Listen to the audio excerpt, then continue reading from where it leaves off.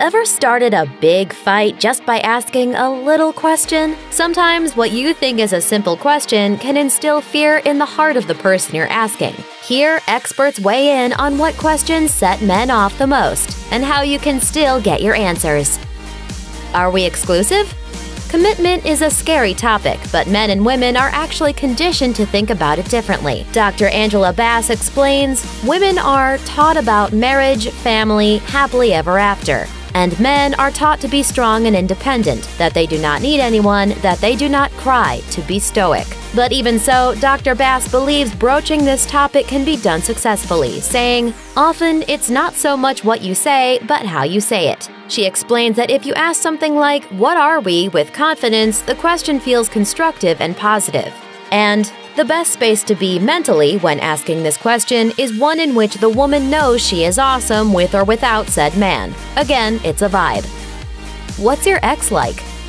It's only natural to be curious, but on this topic, it's easy to get jealous. If you feel comfortable with the fact that you both have histories, ask away. Relationship expert Samantha Daniels suggests avoiding tension by asking about specific events. She says, if you know he and his ex went to Italy together, you can ask easy questions about Italian culture or favorite vacation memories. He will be more likely to share his stories with you and will inadvertently share details about his past at the same time. Where do you see us in 5 years? This is a question you'd likely ask a long-term partner when things feel like they might be at a standstill. Daniel says, while having a plan for the future is an important step, it is also an intimidating topic for many guys. Not only does it mean having a vision for the future, but it also means having a vision with you in it. She suggests introducing it casually within a series of other questions to take the pressure off. Ask him about his own goals, such as where he wants to live or where he wants to be in his career. This is a great way to find out about his bigger life plans and how you can make it happen together. When can I meet your parents?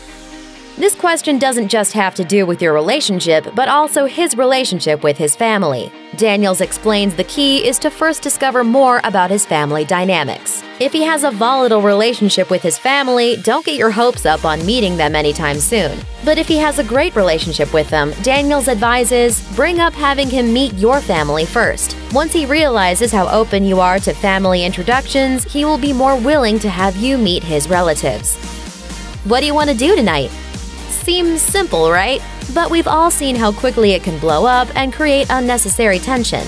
Dr. Bass explains, partners can be critical, bossy, and aggressive, unconsciously. And if a man has had a long day, these questions force him to think when he may be mentally exhausted.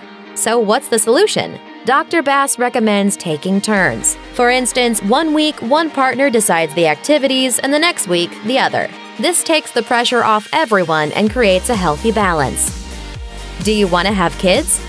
Relationship expert April Massini knows this can be a scary one, saying, guys who fear this question do so because they hear it as a part of the "where is this relationship going?" question and "how serious are you?" Dr. Bass explains, like anything else, I advise women to know themselves, their goals, values, aspirations, and be unapologetic. She says, first, skip the let's talk introduction and suggests asking things like, does he have nieces or nephews? What was the best and hardest part of his childhood? All this will give clues to the answer you seek. Do you think she's pretty? While she might recommend not asking this one, Dr. Bass says, there are all types in the world and it's natural to feel attraction to others. The response shouldn't shake the foundations of an already secure relationship. But she says there are certain situations where this type of direct communication is necessary. In the aftermath of an affair, partners should come clean about what they found attractive in others or what caused them to take steps outside the relationship.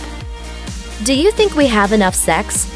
Dr. Bass explains, in terms of sexuality, men are taught that sex is everything. For some men, even a well-intentioned request or suggestion can be construed as not being good enough in bed. Instead, she recommends starting off with a sort of reassurance, starting with something like, I love when you do X, let's try this on top of X or in addition to X. Another approach is asking about fantasies. This could then allow both partners to be a part of the conversation, creating a sexual experience together.